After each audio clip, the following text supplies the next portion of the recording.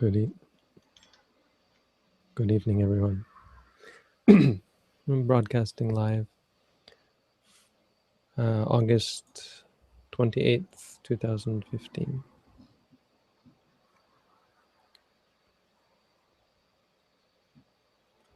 Today we have a quote. We've got a whole bunch of meditators, mostly green, few yellow, orange. We got a long passage. So, does anyone want to jump in here and help Robin out? Otherwise, I will.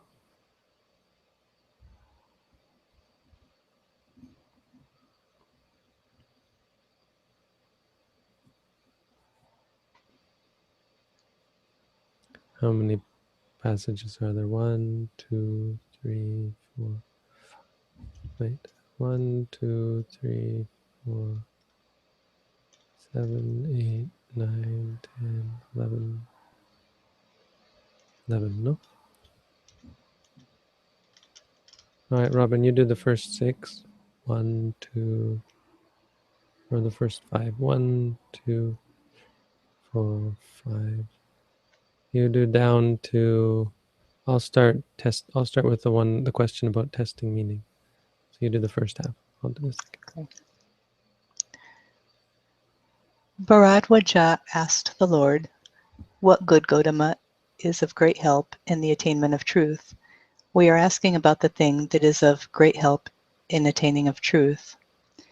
Striving, Bharadwaja, is of great help in the attainment of truth. For if one does not strive, one would not attain truth. But if one does strive, one will attain truth. But what is of great help to striving? Weighing things up is of great help in the attainment of striving. For if one does not weigh things up, one would not strive. But if one does weigh things up, one will strive. But what is of great help in weighing things up? Making an effort is of great help in weighing things up. For if one does not make an effort, one would not weigh things up. But if one does make an effort, one will weigh things up. But what is of great help in making an effort? Desire is of great help in making an effort. For if one had no desire, one would not make an effort. But if one desires, one will make an effort. But what is of great help in generating desire? Approving of things is of great help in generating desire. For if one does not approve of something, one would not generate desire. But when one approves of something, one generates desire.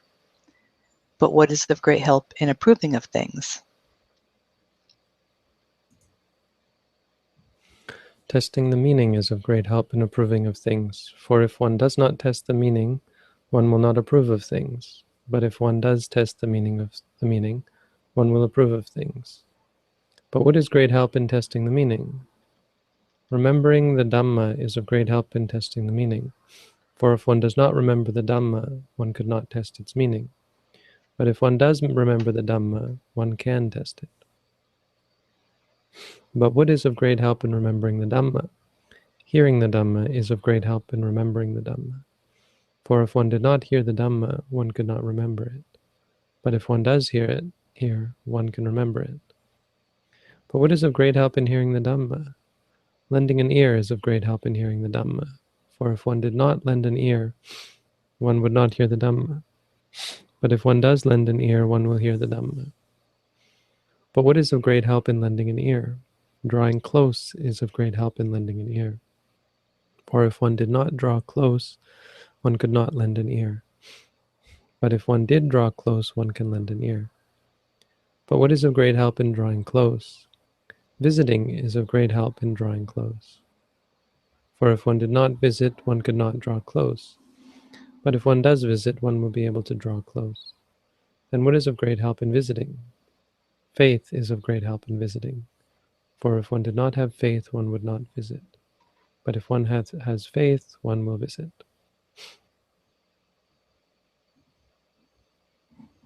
Say, quote from the Majjhima Nikaya,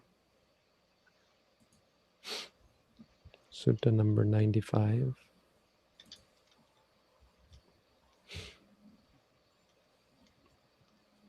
The Chanki Sutta. People have mentioned this one to me when they try to claim that faith is what you need, faith is the basic, faith is most important. But I mean, what does that say? I mean, faith's just important because you need enough faith to go and visit someone. It has nothing to do directly in this sutta with meditation. It's not directly helpful. It's just if you don't believe someone's useful, someone's helpful, if you don't believe in someone, you won't go visit them. There's some problems with this translation. Remember how I've said before that desire, it's not, we don't really desire to meditate, wanting to meditate. There's always this question. Now you're talking about giving up desire, but you want to meditate, right? How can you progress and meditate without wanting? So here again we have this word desire.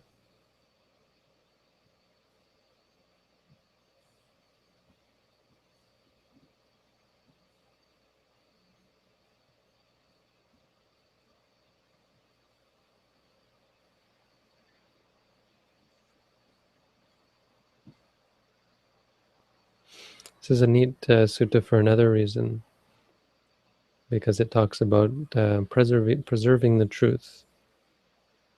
Satchanurakkhana.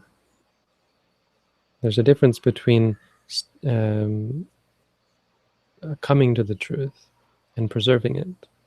If I say I believe X, or I believe in the Buddha's enlightenment, then as long as it's true that I believe in the Buddha's enlightenment, I'm preserving the truth. But it doesn't mean that the Buddha's enlightened. I haven't come to the truth. I believe that meditation is the path to enlightenment. Okay, as long as I believe that, that's a true statement. So I'm guarding the truth. But it doesn't mean that meditation is the path to enlightenment.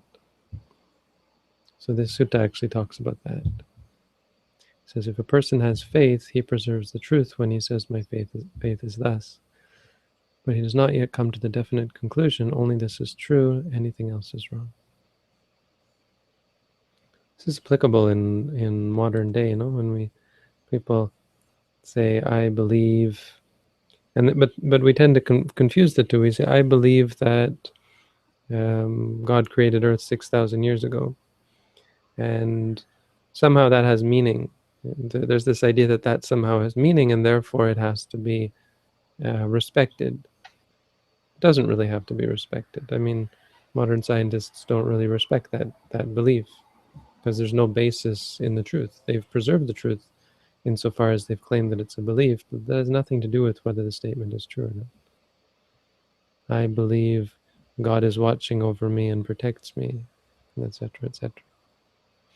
And somehow that belief is to be respected. I believe that vaccines cause autism. I mean, this kind of thing. I don't know, maybe vaccines do cause autism, but a belief doesn't make it so.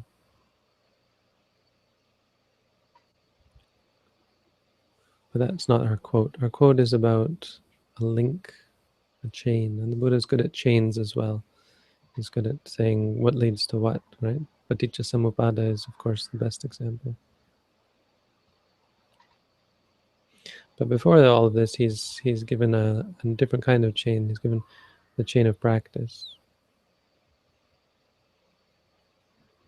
And it has to do with someone going to see someone, going to see a bhikkhu, and the Venerable gives him practice, him teaching, and then he goes and investigates his mind. Once he investigates them, he investigates the monk, right? Then he places faith. And this is interesting because it talks about faith. Remember, the last link in the chain is faith. So then if we asked what leads to faith, this sutta actually talks about that as well. So he questions, he sees this bhikkhu who he might go and listen to, and he says, is this guy worth going to see? And so the householder goes and investigates. Is this guy obsessed with greed, obsessed with anger, obsessed with delusion, such that not knowing he might say, I know, or while not seeing he might say, I see, or he might urge others to act in a way that would lead to their harm and suffering for a long time. And so he investigates. And once he investigates, then he gains faith. Once he gains faith, then he respects. Once he respects, then he listens. Once he listens, then he examines. Once he examines, then he gains reflective acceptance of those teachings. And then zeal springs up. Once zeal springs up, he applies his will. Having applied his will, he scrutinizes. Having scrutinized, he strives. Resolutely striving, he realizes with the body the supreme truth and sees it by penetrating it with wisdom.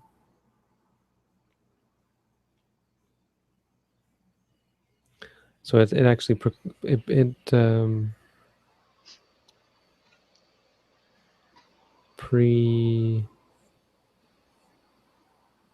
don't know, what do you call it? Comes before the list, and it actually says exactly what's in the list, but it says it in the other direction. So the list that we've got is the other way. So this is Bhikkhu Bodhi's words. They're a bit better, I think. Zeal instead of desire. But chanda, the word is chanda there. And chanda doesn't really mean zeal. Chanda, if you look in terms of the four itipada, if you want to succeed in something, you have to, in a sense, want to do it, right? But you don't need exactly to want to do it. I mean, it's just a manner of speaking. You need the contentment or the intention to do it. This is what chanda is, the inclination to do something. You have to be inclined in that direction. This doesn't require desire. Not in terms of greed. It doesn't require any sort of greed. People do things out of greed. They do even meditate out of greed. I want a happy state. Thinking that, they meditate. I want to be awesome. They're thinking that, they meditate. I want to be an arahant. I want to become a sotapanna. Be out of desire for becoming, they meditate. But it's not required. Out of wisdom, one can cultivate a inclination to meditate without desire. Chanda, it's not tanha or upadana or lobha or anything. Chanda can be positive or it can be negative.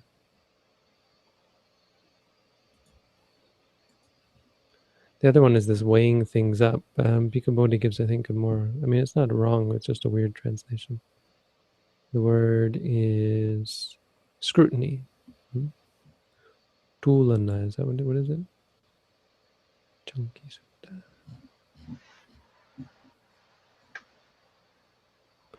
Tulana. Tulanaya. It has to do with weighing. I mean, technically that's what it means, but scrutinizing, weighing is, it's a good metaphor. But discerning, discriminating. Discriminating maybe makes more sense, because what happens when you put out effort is you start to discriminate. You start to be able to, it's like if you heat something up, it starts to become more viscous, and it can shift. It becomes plastic, right? So the mind is like this. Our mind is set in its ways, set in its views and its beliefs. Once we put out effort, then we're able to change. We're able to break things up. We have the power of mind to actually change our habits. But it's an interesting set of dhammas here.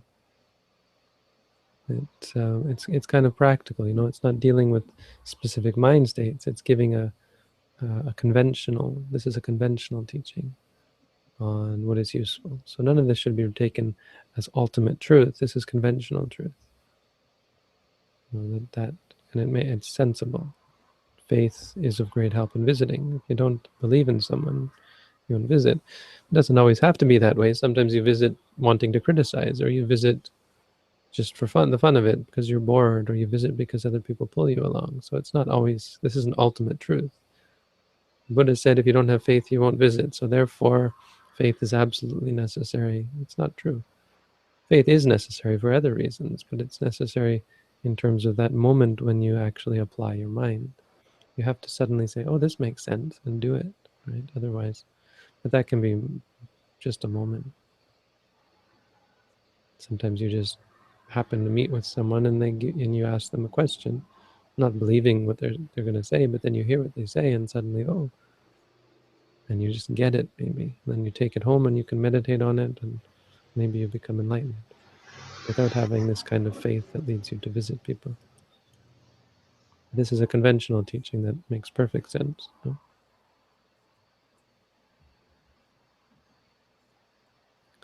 Anyway, I think I'll leave it to the Buddha to have answered these questions quite well. You see, the Buddha had to answer lots of questions as well. So we're only doing what is in line with our tradition.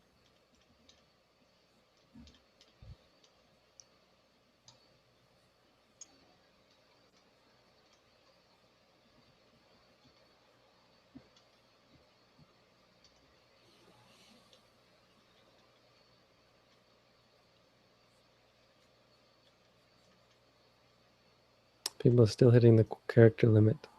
I think that's kind of good. It means you have to keep it short and sweet. Sorry, it's so long. It's okay. We're all friends here. Are you ready for questions, Bhante? Go for it. I'd just like to see if I can get some advice for my sitting meditation practice. It seems like no matter how hard I concentrate or perfect my posture, I always start dozing somewhere between the 15 and 20-minute mark. I also start to get visions under my eyelids. I usually just observe them playing themselves out as my new meditation subject, but that makes me even drowsier. Well, drowsiness, there's different ways you can deal with it. But one, when I answer this question a lot, one of the factors is daily life. Meditating during interspersed with work and life is problematic for this reason, that our daily life tends to tire us out.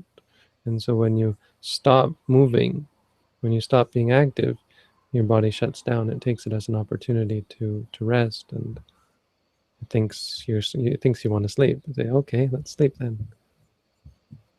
So when people come to do a meditation course, this is a common first couple of days, and it's a common experience for the first couple of days where you have a hard time meditating, you're falling asleep, and so on. But there's a balance that comes, there's a cleansing that comes, and eventually you get into the groove and it goes away. In daily life, you don't necessarily have that.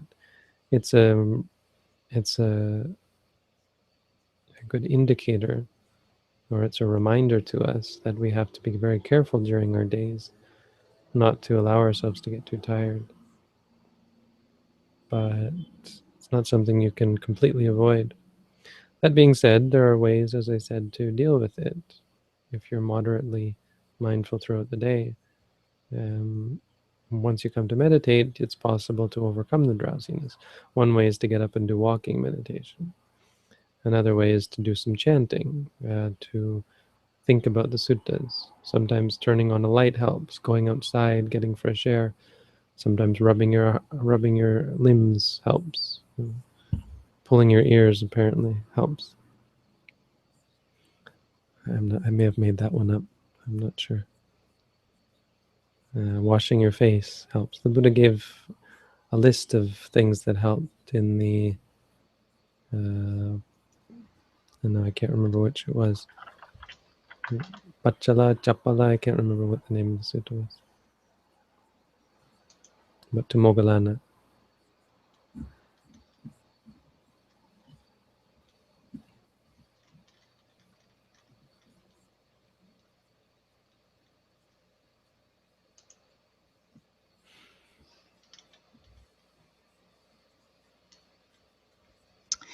Does having magical power mean that you have enlightened or on the path of enlightenment?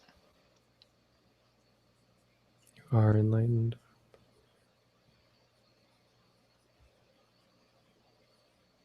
I mean, it's a good sign that you've got you've got a strong mind, which can be very useful in meditation, in enlightenment, in the path to enlightenment. It's not a sign that you are enlightened. I mean, it's a sign. It's more likely that someone who has magical powers is enlightened, I think, than someone who does not have magical powers. All other things being equal.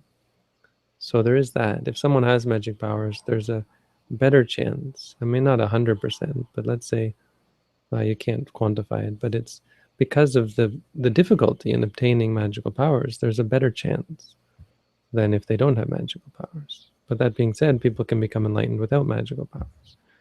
It's just that both require mental training, and therefore it's clear that a person who has magical powers has done some mental training. That's about it.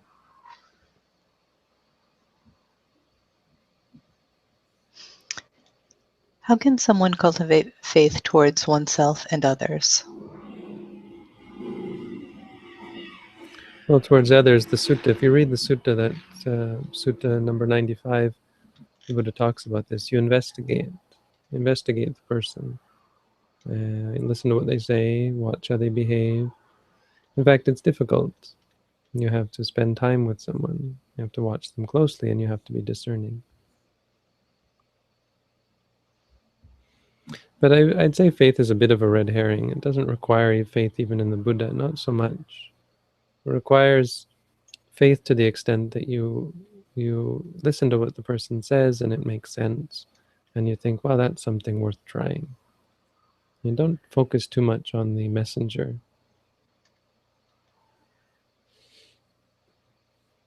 Faith in yourself, which is a good question. It's a good point that faith is not always about someone else. You need faith in yourself. Yeah, it's a good question. Reflection helps, I think. Having a good teacher who can encourage you and say, you're doing fine, you're doing great, you're doing great, can give you faith and encouragement. Sometimes you have to encourage yourself. Reading the Dhamma can encourage you because you see how approachable it is, how you think, I can do that. Oh, this is something I can do. The Dhamma is this kind of good teacher that the Buddha was, that gave encouragement to people, make them realize that they could do it for themselves. They didn't have to rely on God or priests or so on.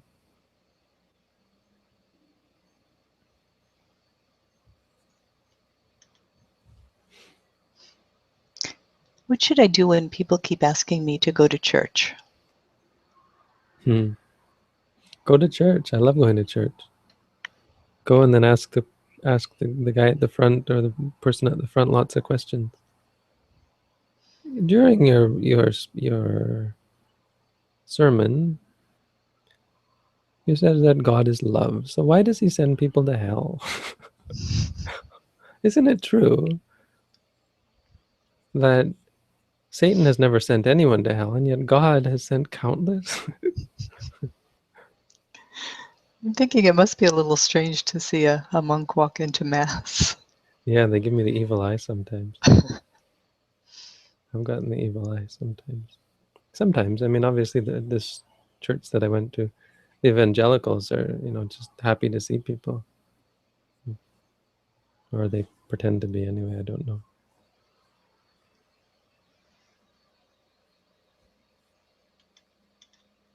Don't worry, go to church. Go to church or not, but don't let it be because I'm Buddhist, I can't go to church.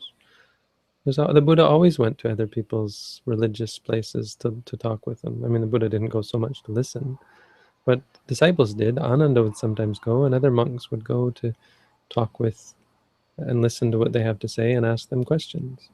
It seems to be very much a thing.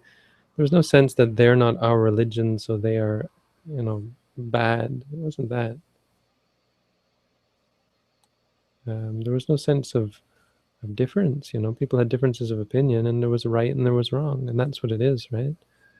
There's right and there's wrong. If Christians say good things, we'll go and we'll agree with them. So read the Sermon on the Mount and talk to your pastor or your priest or your whoever, rabbi, about the Sermon on, oh no, rabbi, not Sermon on the Mount, but Christian people about Sermon on the Mount. If it's a rabbi, talk to them about Solomon. He was kind of cool. It's a bit weird. I mean, Solomon seemed to believe that not everything is pointless. Everything is pointless. Yada yada yada. Therefore, we should pray to God. I mean, it's a bit of a non sequitur, really. I guess I can understand where he's coming from, but I don't know. Well, obviously, I do know it's a bit forced, I would say. Everything is pointless. Nothing has meaning. Therefore, believe in God. I mean, why would you believe in the guy who made this pointless universe? The universe is pointless and life is pointless. Wouldn't you blame the guy and think, dude, what were you thinking? There are three theories on, I don't know if you heard this one, there are three theories on the evolution of the universe, or the evolution of how we got to where we are today. The first one is called intelligent design. The other one is called, at least as far as humans go, as far as biology goes, it's called natural selection. So we're talking about the evolution of mankind. The first one is through intelligent design. We got here through a designer who had great intelligence, enough to create and design and create. Second one, natural selection. So just through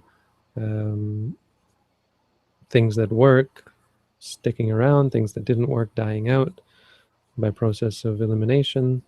What's left is that which works, or one way that things work. And the third one is unintelligent design. And the Buddhists favor this one.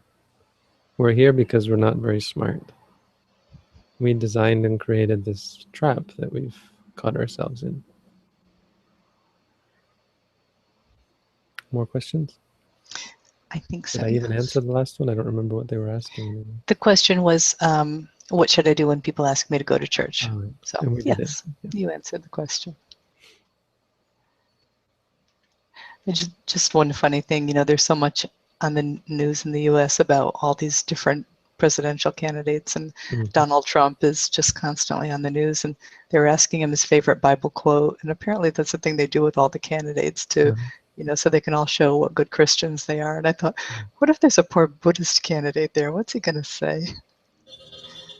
What was Donald Trump's favorite quote? Yes, they were asking him what his favorite quote was. His answer was that it was too personal. He didn't want to discuss it, but he had one. He thinks the Bible is a very good book, but he just didn't want to discuss his favorite quote. That sounds like a lie to me. Yeah, your favorite quote is too personal? Come on. It's too personal. He didn't want to discuss it. That's the kind of thing you'd say if you'd never read the Bible. How many Christians don't read the Bible? So to have a favorite quote. Yeah. How should an object of meditation be selected, and how long should one stay with that object? Depends what your goal is. The objects of meditation that you choose are generally samatha meditation. So then it's based on your character type. There are 6 different character types. You have to have a good sense of which one you are, and therefore which one is going to be useful for you. Generally, you have a teacher select your meditation object. Now, if you're talking about vipassana, of course, we don't select, we use reality. So then selection becomes a matter of what's present. And if there are if there's more than one thing present, then you would select that which is clearest. Now, it's also recommended that you pick a base meditation object, something that you can come back to as a default. And for that, we choose the stomach. It's nothing special, it's just always there, so it makes a good base default object.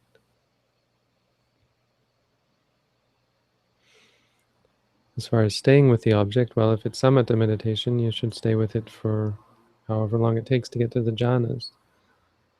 Could be months, years, even. No, not years, but months. If it's vipassana meditation, you can stay with it until it disappears. You can stay with it until it doesn't disappear, and it's clear it's not going to disappear.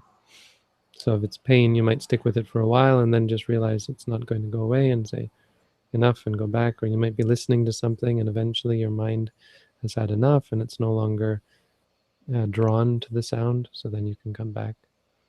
But otherwise you try to stay with it until it disappears.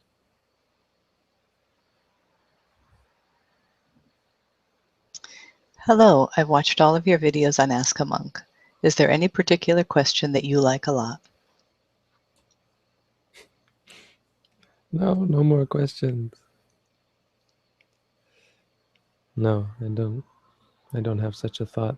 Probably if I thought about it for a while, I could come up with a good one. I mean, I think my favorite video that I made so far is on the experience of reality. That's the one that I think, okay, this is something that people have to hear. I think it was well done, well received. I've had people come up to me. I think when I was in British Columbia, someone came up to me and said, "I really like that video," and they named that video, and I'm like, yeah, I like that video too. It's named The Experience of Reality? I think, yeah. It's in practical lessons on practical Buddhism. It's one of the chapters. But yeah, the video is, yeah, it's about how the three characteristics, how we expect what we expect our meditation to be, and how that leads us to feel like our meditation, something's wrong with our meditation, when in fact we're seeing what we're supposed to see. And the problem isn't how the meditation is. The problem is in our misunderstandings and our expectations that meditation should be stable, pleasant, and controllable. But favorite questions? No. Questions are good for students.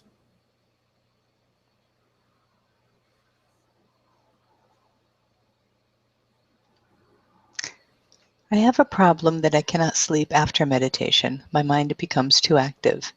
Any advice? How did you cope with that problem? After meditation, can't sleep? Yes, the mind is too active after meditation.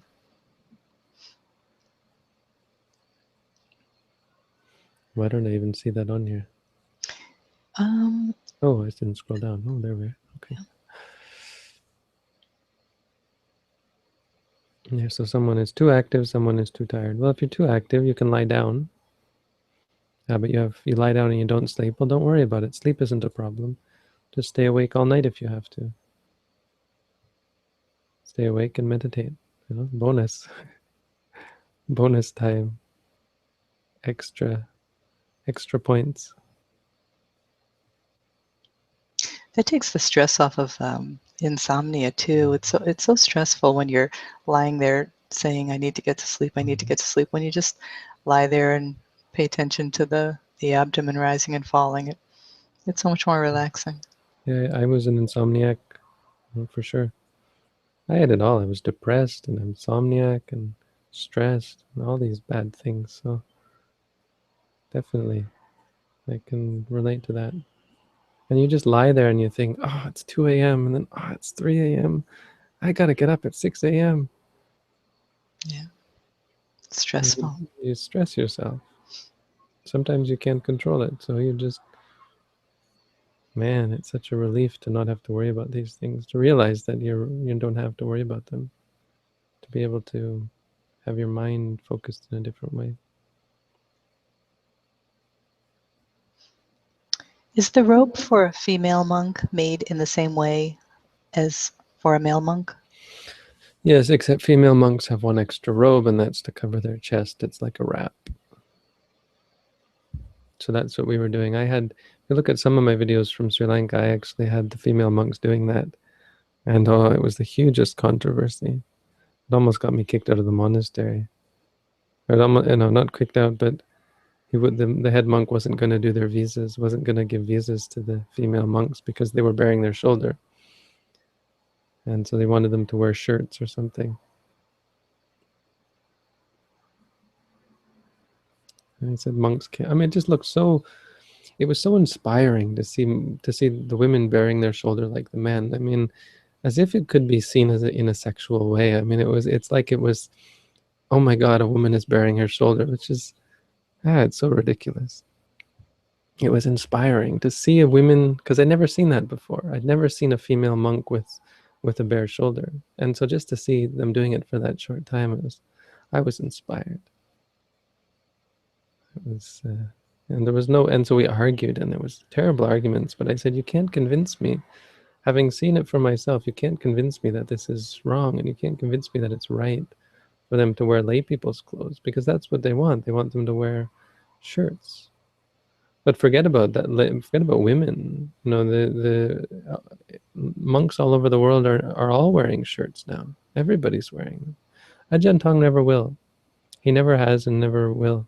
It's one thing that he's always, as far as I can see, he's always rejected. And he talks about, when he sees it, he talks about this. There's this apocryphal Thai sutta that claims to say that the Buddha taught. No, it's not even the sutta, but the commentary. Buddhaghosa talks about, I think, or I don't know. It's a bit. There's this idea that the last thing to go is going to be the robes. You'll know that Buddhism is gone when the robes disappear. And the last might even be in the suttas. I can't remember. This is all. Anyway, the idea that in the end there will just be a piece of yellow cloth. No, I think it's not the Buddha. It's Buddhaghosa, I believe. There'll be just a piece of cloth that they'll put in their ear like an earring to say, I'm a monk. And that will be it. And once they stop doing that, then that's the end of the robes. But we lose it slowly. And so we're losing. There's a group of very dedicated monks in, well, I won't mention, just there's a very serious dedicated group of Theravada monks who have somehow come to the conclusion that in cold countries you have to wear a jacket. And so they've made a specific monastic jacket, which is because they say, because it's a uniform, therefore it's okay, which is such a dangerous precedence to set. We're going to suddenly decide on a new piece of clothing that's allowed. And it's not, it can't be. I mean, it can be, and sure, but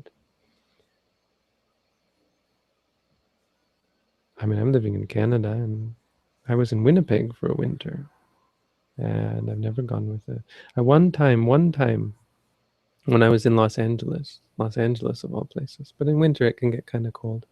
And so they kept pushing these sweatshirts on me. And finally, one day sitting in my room, I tried one on.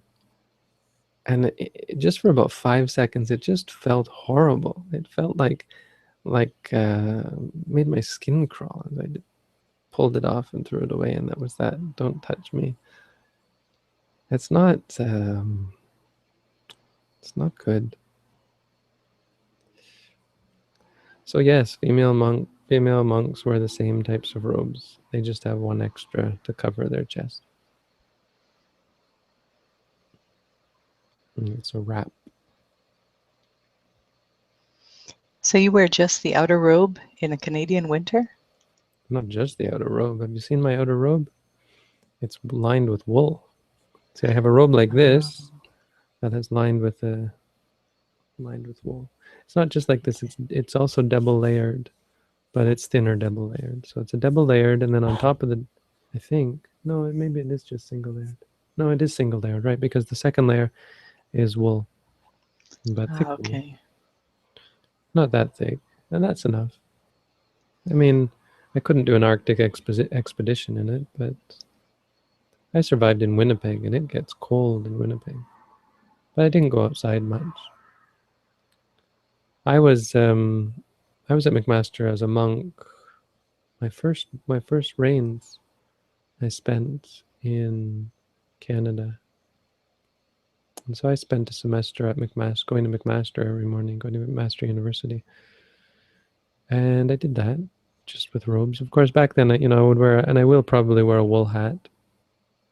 We'll make that concession. And they have these wool vest kind of things that only go over one shoulder, but they cover your chest. I used to wear those. I don't anymore. I don't really feel the need. My outer robe is thick enough, thick as anybody's jacket. think worse would be the rain, but then you have an umbrella, right?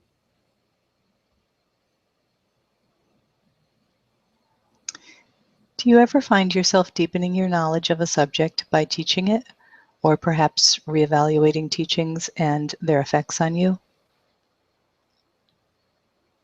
For sure. I think teaching is a great way to reflect personally, keep you, to see your own hypocrisies, to see, oh yes, I have to do that as well, This is something that I have to work on as well.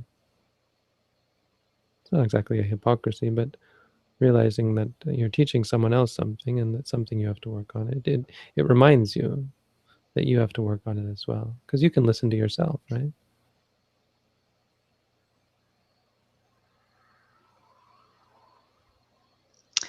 Do you think sleeping on the floor instead of a bed would help my practice, or not matter? I think it does, yeah. Keeps you alert, keeps you from getting to...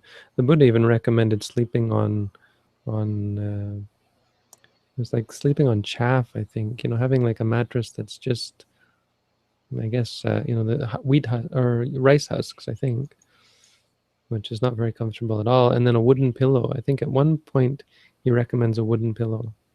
I tried a wooden pillow once. I don't think I'm that hardcore. I've never seen a monk put some, but I think it's in there somewhere where the Buddha recommended a wood pillow. I think I'd rather go without a pillow than have a wood pillow. Well, the point is to keep your head a little higher. There's something about that.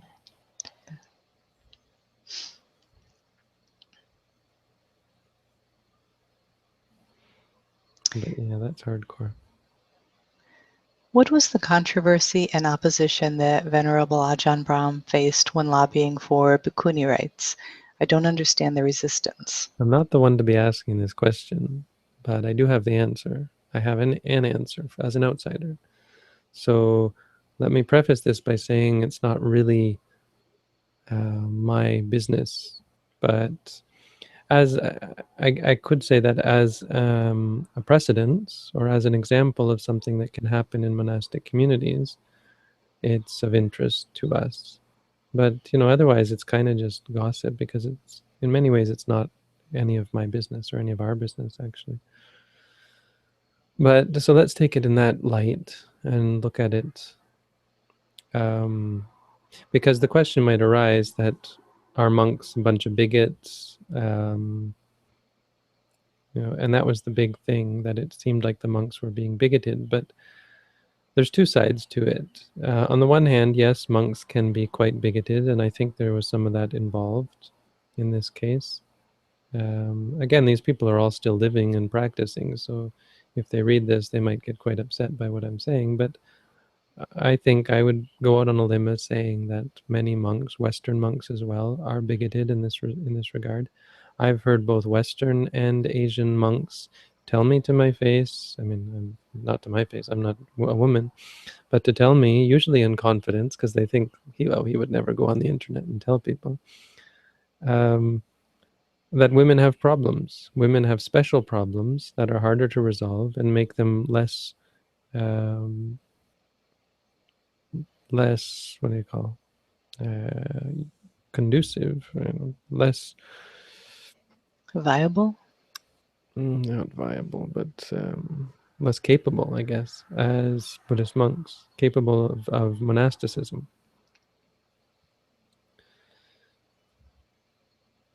So, I mean, to me, that's bigotry. I don't think that's something the Buddha ever said, and I don't think it's something that we should say.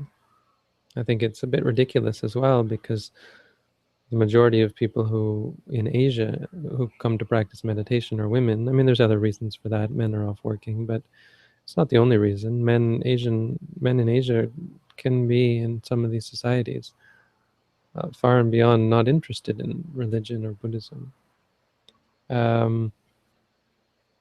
But in the West, I don't see any difference at all. If anything, I would still have to say that women make better meditators. So the idea that they wouldn't make good monastics, I mean, there's some arguments that based on stereotyping, women are, I don't know, they're less direct in their approach. So they're more, because they don't have the strength. So there's this argument that Men, because they've, for thousands and thousands of years had the physical strength, therefore they approach problems directly, whereas women are criticized as being potentially conniving. So the point is that they say women can't get along. Who said this? Someone said, someone was joking about this, and they said women just can't get along. They always fight. I don't remember. I mean, it was meant in jest, I think. I don't remember what the context was, but it was, anyway. There's this belief. I mean, I'm not saying, I certainly don't subscribe to that, but it does seem to carry out in certain instances. Female monastics do seem to have, in practice, trouble getting along. I mean, that's what they'll tell you, that the culture, because we're all culturally brainwashed, and so culture has led them to be less direct in their dealings, and so they create different. But I mean, whatever. I've talk about direct. I've saw a monk punch another monk in the dining room in front of all the monks, start pounding on the other monk, and gave him a bloody nose. So talk about direct. I don't think you'd find a woman monk doing that, right? So better or worse, I don't know. Women have more tactful ways of dealing with things, can be quite useful. Right. So anyway, I haven't gotten very far in answering it, but I think there is that part of this problem. But the thing in this that I think wasn't fully appreciated, or had to be fully appreciated by the other side, is that what they wanted, what they say they wanted, was a chance to consider this question, because it would be something new to their group. It would be something new to their brand of Theravada Buddhism, and so they wanted to have a meeting about it. And what I understand is that Brahmavamso said that he would wait until they had a meeting about it, and then he didn't. Then he went ahead and ordained them, and so that was the complaint that I heard, original complaint. But in some ways, it was just a smokescreen for what was really going on, and that was that they wanted to just get the official, get an official word that it wasn't allowed, so that he would back down, or that they would be able to confront him with it. And they weren't going to get that official word until this meeting. So, I mean, he had reasons for why he went ahead and did it, but ostensibly he gave his word that he was going to wait, and then he didn't wait, and so it just created a sense of suspicion and so on, and that creates bad blood and hostility when you don't keep your word. I mean, I'm not saying that he didn't, but the claim was made that he didn't keep his word. So take from that what you will. I mean, obviously it was. Then I think Tanisaro got involved and started saying how women shouldn't ordain, and that just, I think, it shouldn't have played a part in the. Maybe it should have. I don't know.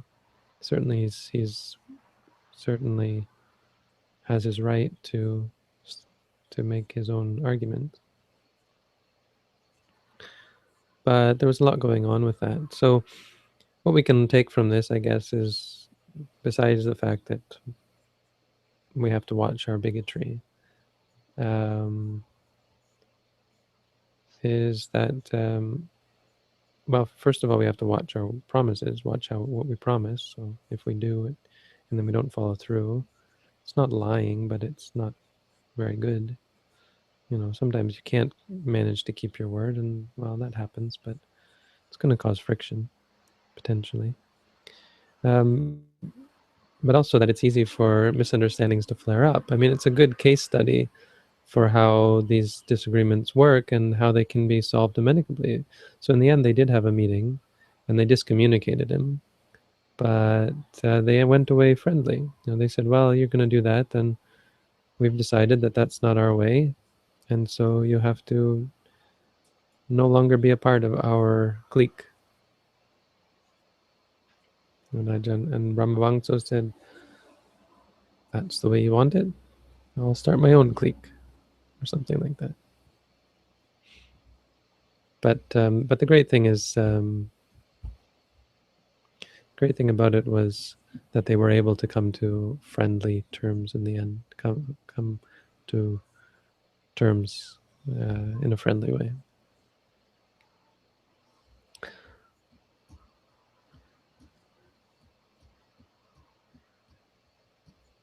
Oh wait, you didn't ask about the actual ordination, right? I read that wrong. Are you asking, if you're asking, so that's actually when he, because there was the controversy, that was the big controversy that I know about, is he actually ordained. So it wasn't just lobbying for their rights. It involved lobbying. He went to this meeting to lobby for their rights, and to lobby that their ordination be accepted, which it wasn't in the end. But I don't know about Brahmavang, so I'm not up on that group, but I know the controversy surrounding the ordination of women. And it boils down to, I'd say it comes to a head on 2 points. One, whether non-Theravada or bhikkhunis not recognized by the Theravada can be considered to be bhikkhunis for the purposes, can convert and be considered bhikkhunis for the purpose of being a preceptor. That's controversial. That's difficult. And the other point, alternatively, is whether we can accept the Buddha's words that bhikkhus can ordain bhikkhunis as being still in effect. And that one is far less controversial. I mean, it's still hugely controversial, but in my mind, there's no reason for the controversy there. And I've written an article on it on my weblog. It's probably buried by now. I don't think anyone's read it, but if you want to read my take on it, you can probably search my blog for bhikkhuni and find it. Maybe someone can do that now and post us a link. I argued for like 2 hours with a top scholar in Thailand, and we just couldn't make each other see our points of view. He was adamant and a bit condescending as well, that I would even think that the Buddha's words on, because the Buddha said bhikkhus can ordain bhikkhunis, which means, see, the controversy is it centers around whether a bhikkhuni can actually come into being in this day and age. Because in order to ordain a bhikkhu, you need another bhikkhu. So if there's no more bhikkhus left, then no more bhikkhus can ordain. It's a technicality. Once you have no bhikkhunis, the question is, can you ordain a new bhikkhuni? So one way is to say, well, we do have bhikkhunis. They're not called Theravada bhikkhunis, but they keep the Vinaya. So there's that. But to me, that is too difficult, because to get acceptance through that means, I think you're going to have a real hard time. Especially, yeah, you have a real hard time. But the other way is to have bhikkhus ordain bhikkhunis, because you have the Buddha's words that bhikkhus can ordain bhikkhunis. And the problem is that later on you have the Buddha saying that bhikkhunis should first ordain new bhikkhunis, and then bhikkhus should ordain them again. So in order to ordain a bhikkhuni, first they had to ordain with the bhikkhunis, then with the bhikkhus, which is problematic because we no longer have bhikkhunis. But if you look at it, there's 2 problems there. First of all, the only reason that the Buddha put this, made this rule or this statement that is kind of a should, or it's a do it this way. It's not because there was anything wrong with the bhikkhu ordination. He had no problem with respected monks ordaining new bhikkhunis. There was no problem there. No problem arose. A problem arose, but the problem that arose was the woman wouldn't answer the questions. So there was no problem with the ordination, but it couldn't work because in order to ordain, you have to answer certain pointed questions. Like, are you a woman? Do you have these kind of I mean, some of the questions were personal. And in India at the time, for a man to ask a woman these sorts of questions, um, well, some people were shy and wouldn't answer the questions. So for that reason and that reason alone, the Buddha called for a dual ordination. Go and check her out first, ask her these questions. Once you accept her and say she's a valid candidate and you've accepted her, bring her back, and then we will take your word for it. That you've thoroughly examined her and found her to be a suitable candidate. Come and see us, and then we'll just ratify it and say yes, she's a suitable candidate. We all agree. Do our announcement, and that's it. Bada bing, bada boom. That's it. I mean, there was nothing wrong with the ceremony as it was. That's the first problem. The second problem is that people say, but still, the Buddha told us to do it a different way. Not exactly. If you look at the case with the Samanera ordination, originally, to ordain as a Samanera, all you had to do, in fact, originally to ordain, wait, no, we're not talking about a Samanera. Originally, to ordain as a bhikkhu, originally to ordain as a bhikkhu, first it was ehi bhikkhu, the Buddha said, come be a monk, and that was it. Then later he said, but only the Buddha could do that. Later he said, okay, if you guys want to ordain, then do the Tisaranagamana. If you're a qualified monk, then someone wants to ordain with you as a male monk, then you have him recite going to refuge 3 times. Buddhang saranang gacchami, dhammang saranang. Once they had completed that recitation, vowed that this was their refuge, poof, they're a monk. Doesn't mean the old way doesn't work. See, the original way still worked, but it only worked with the Buddha. Ehi bhikkhu was something only the Buddha ever did. Come, monk. But it was never rescinded. The Buddha never said, no, we'll stop doing things this way, do them the new way. Right? So that's one way that things happen. The Buddha just adds another way as a further allowance, right? Because the first allowance wasn't sufficient. But then it was found that the Tisaranagamana was actually lacking and was not enough, was improper. It wasn't improper at the time, but it became improper once you had sketchy monks who were going to be preceptors, and also sketchy monks who wanted to ordain. So you needed greater safeguards.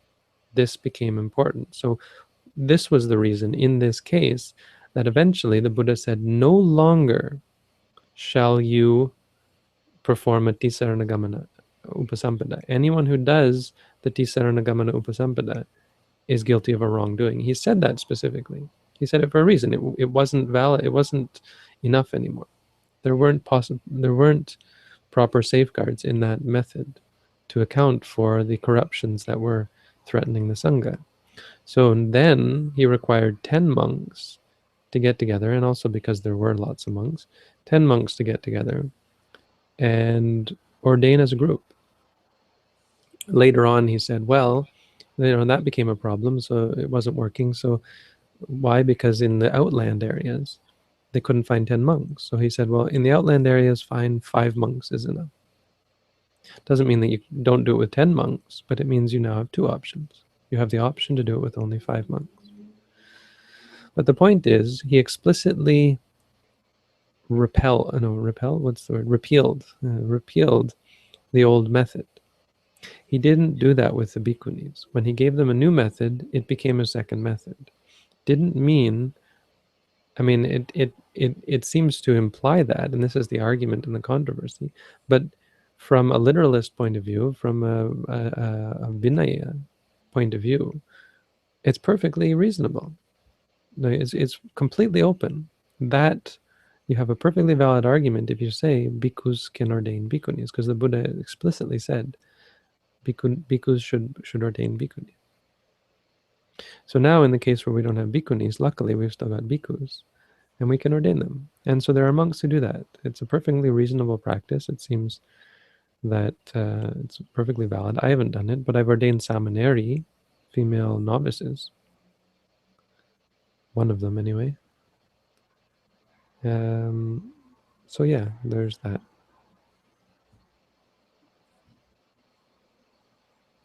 More questions? Yes.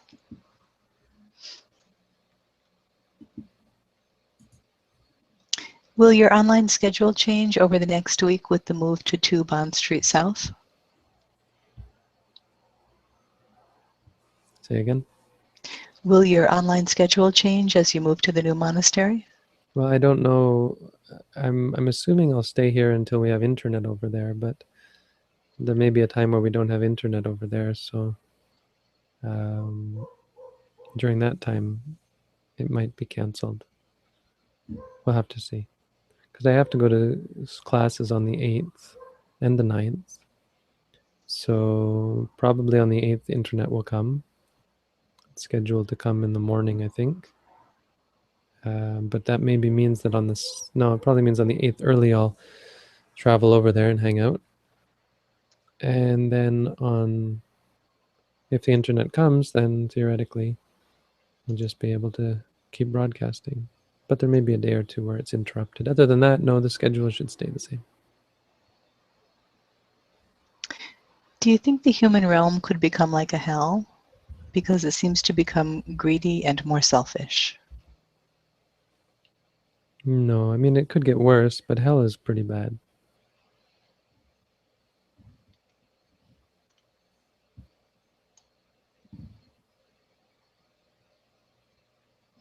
Oh, someone found the link from your weblog on the bhikkhunis. No, they found a different one. Oh, okay. 2009. Lots of old thoughts. In the beginning, I was quite against it because I didn't see that it was. Here it is, I think. Plan B is for bhikkhuni.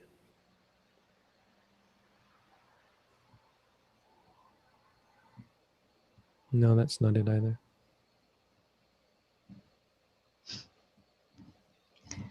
I would be very interested in your viewpoint on lucid dreaming, or so-called yoga of sleep. Is it positive for the practice? Negative? The Maybe argument. neither? Sorry, I'm off on a tangent here. The Sorry. argument for allowing bhikkhus to ordain bhikkhunis. Yeah, spent the better part of 2 hours. Here's the link. And it was someone criticized it as being far too obsessed with legalities, technicalities. But I mean, that's the point. The people who are against this are the people who stick to technicalities. People who don't stick to the technicalities, you don't have to have this argument with. Of course, I had this argument and it still didn't work. But I had a Thai woman tell me to my face that I was wrong, that it's not possible for bhikkhus to ordain bhikkhunis. And it was because her teacher, who has a PhD, said it's, anyway. The commentary to the Milinda Panha is what changed it for me. Bhikkhu Bodhi wrote an article, and I wasn't I didn't find his article that compelling, or what's the word? I wasn't really impressed by his article. It was a bit, I don't know. I mean, some of it was good, but it wasn't what I wanted to say. So, but that point he made, that the point is one of the top scholars in Burma, what I just told you about the bhikkhunis and how it's therefore possible, it came from one of the top scholars, well, like a Tipitaka Dara, one of the monks who memorized the Tipitaka in Burma, who was hugely respected. He wrote a commentary to the Milinda Panha. And in the commentary to the Milinda Panha, all written in Pali, he says this. He gives this argument. And Bhikkhu Bodhi sent me the argument in Pali, I think. No, he didn't. I talked to Bhikkhu Bodhi about it. I eventually got someone actually sent me a copy of it.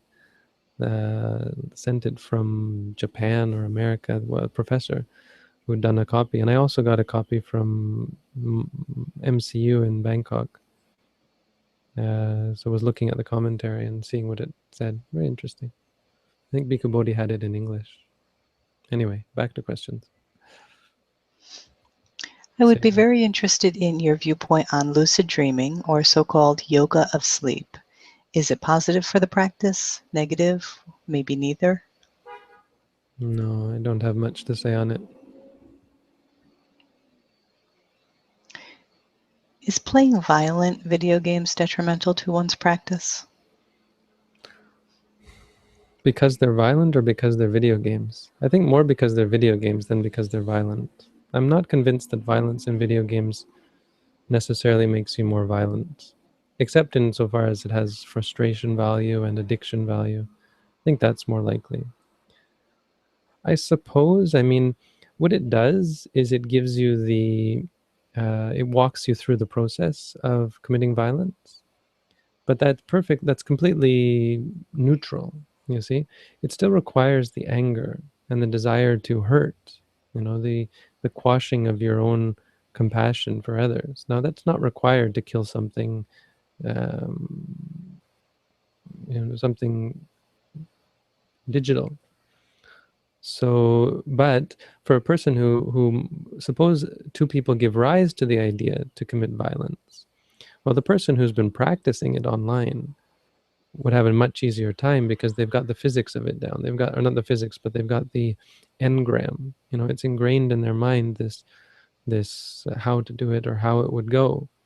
So those kids who shot up schools and people who do commit kids who do commit violence, there's an argument that could be made. It doesn't make you more violent, but it makes it easier and it provides you encouragement to act out on violent tendencies. I think you could argue for that.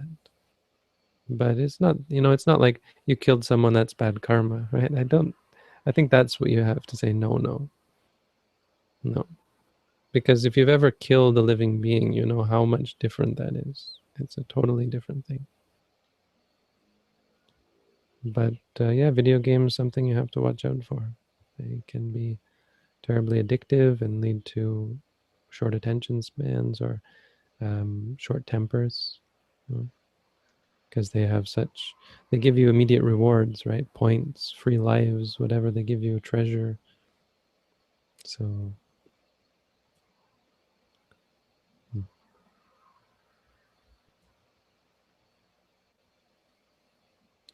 anyway, maybe we'll take one more question and then we'll quit.